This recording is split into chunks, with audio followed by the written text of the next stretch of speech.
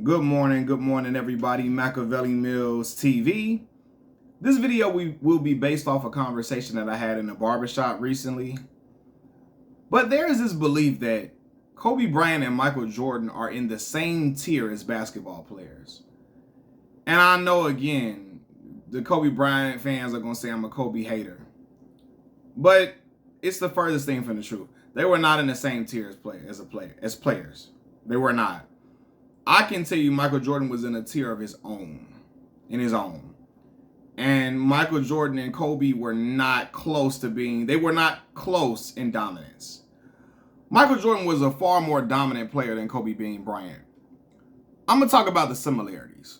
Yes, they both were weapons. They were guys who wanted to eliminate the opposition. Yes, they both played with a fierce intensity, a vigor, and a sociopathic demeanor. Yes, they looked at the game as killers. They did not have a conscience when it came to shooting the ball. They didn't care about if the shot went in or if they missed or not. They wanted to have the ball in the last seconds. They wanted to take the final shot. I can say this: Kobe Bryant is the best difficult shot maker that I've ever watched in basketball. Right? I mean, you can put Steph Curry in there too. For sure, Steph Curry. But for not being just a natural marksman, Kobe Bryant is the best difficult shot maker that I've seen for not being a natural marksman like Steph Curry. But I'm going to say this. They were not the same thing as far as dominance goes. We have to look at accolades. Accolades mean something. It tells the story of your dominance. Not just championships, individual accolades. Okay? And you have to factor that in. Michael Jordan is a 6-time NBA Finals champion and 6-time NBA Finals MVP.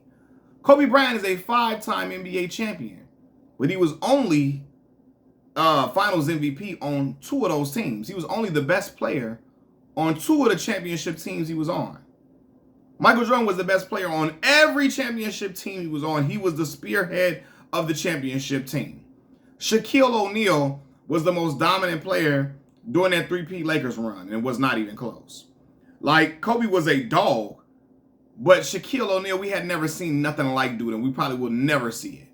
He was the most dominant force in basketball, and he was the best player on those Lakers teams, which is why he was the MVP, the Finals MVP, 3 years in a row during their 3-peat that they went through. Michael Jeffrey Jordan has 5 NBA Most Valuable Player awards. He has 5 league MVPs. Kobe Bryant has 1. Now, I've heard the argument that Kobe deserved more. Oh, Steve Nash, he should have won the year Steve Nash got it. Okay, if you want to give him that, that's still 2 to Michael Jordan's 5. There's a reason why Michael Jordan was 5-time MVP. Because he was clear-cut the most dominant and was no second thought about it.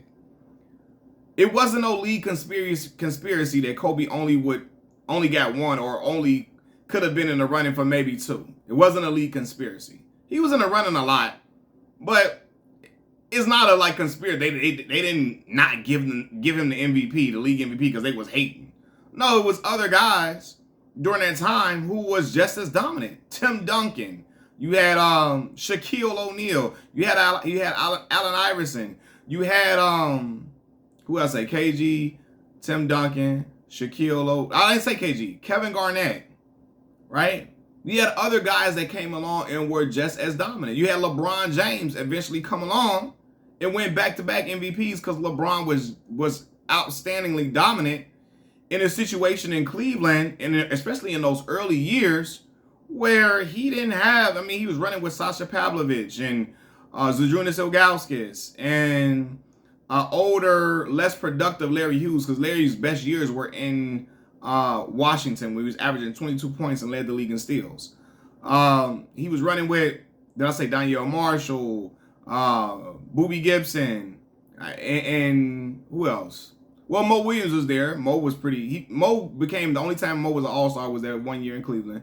But LeBron showed dominance during that time period too. So what I'm saying is that during their prime years, Michael Jordan had far more MVP trophies, which shows his level of dominance. It was not Like again, I'm only 31 years old, but I can look at the accolades and tell you it's a reason why that was a thing, that he was winning them MVPs.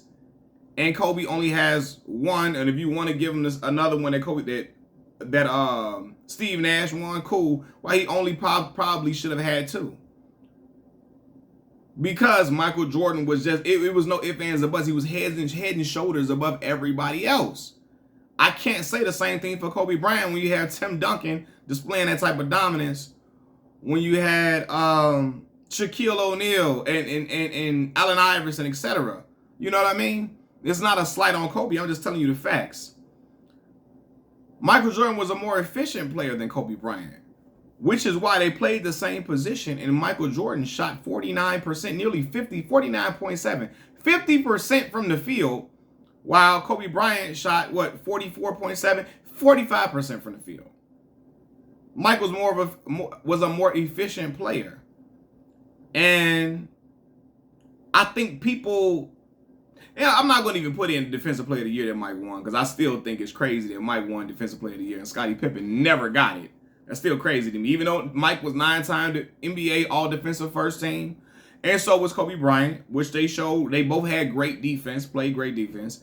But yeah, man, like, I just don't think it's as close as people like to claim. I just think people look at the way Kobe emulated Mike. He wanted to be Michael Jordan. He wanted to talk like Mike, chew gum like Mike. He started talking and saying the phrases like the game of basketball. Started changing up his vocal tone and the way he said things to be a mirror of Michael Jordan. He wanted to carry himself like Michael Jordan. Seriously, he really, really studied Mike and wanted to be who Michael Jordan was. And people look at those similarities in their personalities, in their sociopathic ways at times against teammates, and they look at that versus looking at their actual game. Yes, Kobe could do a lot of different things. He had a lot of different, an array of skills. But just because you have an array of skills like a player, to be in that same tier, you have to be just as dominant. And it to me, it just doesn't add up. LeBron James, my favorite player, he wasn't as dominant as Michael Jeffrey Jordan. I can tell you that as a LeBron fan, he wasn't. You know, and Bron, my dog. But what history tells me, Michael Jordan would have never had a moment where the Dallas Mavericks series situation. I can speak about not being as dominant. Like, I don't see Michael Jordan getting blown out in a final game, or in a closeout game, the way Kobe got blown out by the Boston Celtics. When they lost to the Celtics. In a closeout game, they got blown out. I don't see, and again, y'all can correct me if I'm wrong, the older crowd, I don't see Michael Jordan getting mad that the media is saying that he's shooting too much and he just refuses to shoot the basketball in a pivotal series. You know what I mean? Where you already are undergunned in a way where your opposition has more firepower offensively than you, and you stop shooting because you feel like the media is saying you're shooting too much. That's what he did against the Phoenix Suns. And in that series, they lost a 3-1 lead. Even though Phoenix had the superior talent, once you go up 3-1, you're supposed to close them boys out. Now, y'all can correct me if I'm wrong. I don't ever remember hearing Michael Jordan lose a 3-1 lead. Right? I don't ever remember, like, in that series against the Detroit Pistons, let's be for real, Tayshaun Prince had Kobe Bryant in Sing Sing. He had him on 26 in California. He had him locked up. Like Akon was. Now, I don't remember in a finals performance, I don't remember Michael Jordan being locked up like that. I really don't. In a series against the Pistons. I can say this too. I feel like Michael Jordan had more impactful final moments than Kobe Bryant. He had more big time final moments than Kobe Bryant. So you know what I mean? I think there are certain moments that I think that Kobe Bryant had and LeBron James had that I don't, and from what I know about Michael Jordan, I only remember watching Mike in the 98 season when I was 5 years old. You know, I'm from Chicago, living in Chicago now, watching that with my dad a lot. but I don't remember the other stuff because I was just so young, right? But from all accounts, from what I see, I don't see that happening to Michael in his prime years. Now, he got swept by the Boston Celtics and Larry Bird and them when he dropped 63, which people always leave that out that he got swept in that series, right? They always just talk about the 63 points. But that was early in Mike's career. As he started to ascend, his dominance was unquestioned. You got people really saying that the Chicago Bulls would have won 8 straight championships if Michael Jordan doesn't retire. I don't hear anybody saying those things about Kobe Bryant. If, Kobe could have won,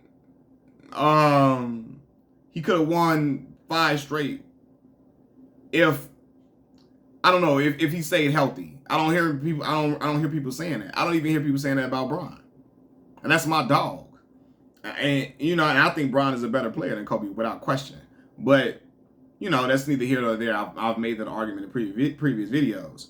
But yeah, man, like, it's just certain things that for what I've known about Michael Jordan, yeah, I just don't see them being in the same tier at all.